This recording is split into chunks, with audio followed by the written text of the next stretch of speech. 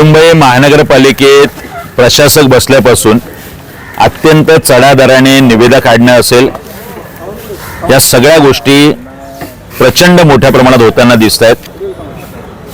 Garden डिपार्टमेंटच्या 2024च्या आम्ही निविदा काढल्या, त्याच्यात स्पष्ट दिसतंय नवीन खेळणी आणि ओपन जिमचं साहित्य 5 कोटी रुपयाच्या निविदा आहेत। ओपन जिम आणि खेळणी याच्या दुरुस्तीच्या 5 कोटीच्या निविदा आहेत। झाडं 5 कोटीची लावण्यात आली आणि सर्वसमावेशक टेंडर जे पूर्ण नवी मुंबई महानगरपालिका गार्डन विभागासाठी काढलं होतं, अगदी 18 कोटी रुपये जादा देण्यात आले। जो 27 रुपयाचा भाव होता तो 32 रुपये देण्यात आलेला आहे।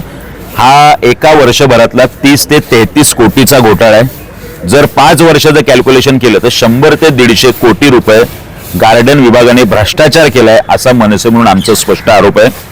एअर वॉकर असेल, हिप ट्विस्टर असेल, एबीएस बोर्ड असेल, एरो रायडर असेल, चढ्या दराने ज्या स्काय एंटरप्राइजेसने महापालिकेला काम दिलं त्याच्याकडून आम्ही ज्यावेळी दर काढले, एअर वॉकर 90,000 रुपये, आम्ही 24,000 रुपयात तो घेतलाय। एरो रायडर 82,000 रुपये, आम्हाला दर देण्यात आलाय 20,000।